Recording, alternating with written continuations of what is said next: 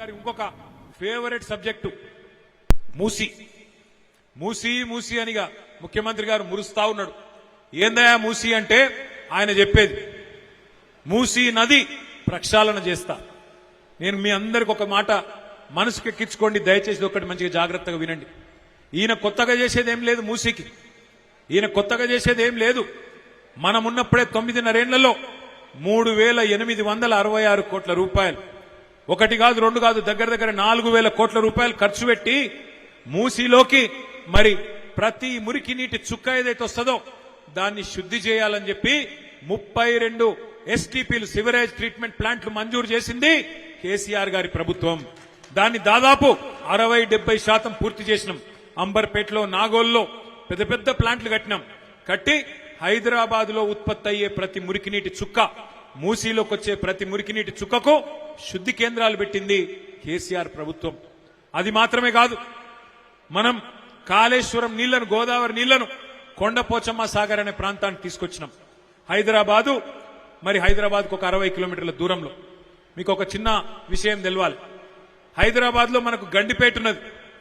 గండిపేట 535 మీటర్ల మీద ఉంటుంది సముద్ర మట్టానికి. మనం కట్టిన కొండపోచమ్మ సాగరు 620 మీటర్ల మీద ఉంటుంది. అంటే హైదరాబాద్ నెత్తి మీద కుండ పెట్టినట్టు గోదావరి నీళ్లను తీసుకొచ్చి అక్కడ పెట్టినాం కొండపోచమ్మ సాగర్లో. మనం ఆ పని కూడా మనమే చేసినాం. చేయడంతో పాటు 2023 మే నెలలో ఆనాడు కేసీఆర్ గారి నాయకత్వంలో ఒక నిర్ణయం తీసుకున్నాం. 1,100 కోట్ల రూపాయలు ఖర్చు పెట్టి కొండపోచమ్మ సాగర్ నుంచి గండిపేటకు 1,100 కోట్ల రూపాయలతో నీళ్లు తెచ్చే కాల్వను కూడా మరి గ్రావిటీ ద్వారా, అది 620 మీటర్ల మీద ఉంది, గండిపేట కిందికి 535 మీటర్ల మీద ఉంది. అంటే దగ్గర దగ్గర 90 మీటర్లు కిందికి మంచిగా నీరు జాలువారినట్టు వస్తుంది. అది కూడా మంజూరు చేసింది కేసీఆర్ ప్రభుత్వం 1,100 కోట్ల రూపాయలతో.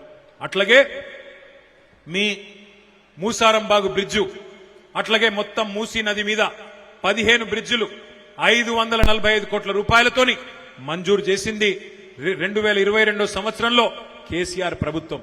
ఎస్టీపీలు కట్టింది 4,000 కోట్లతో కేసీఆర్ ప్రభుత్వం.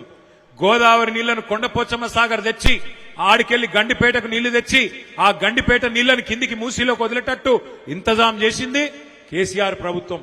15 బ్రిడ్జిలు మూసీ మీద మంజూరు చేసింది 545 కోట్లతోని కేసీఆర్ ప్రభుత్వం. శిలాఫలకం వేసింది కేసీఆర్ ప్రభుత్వం.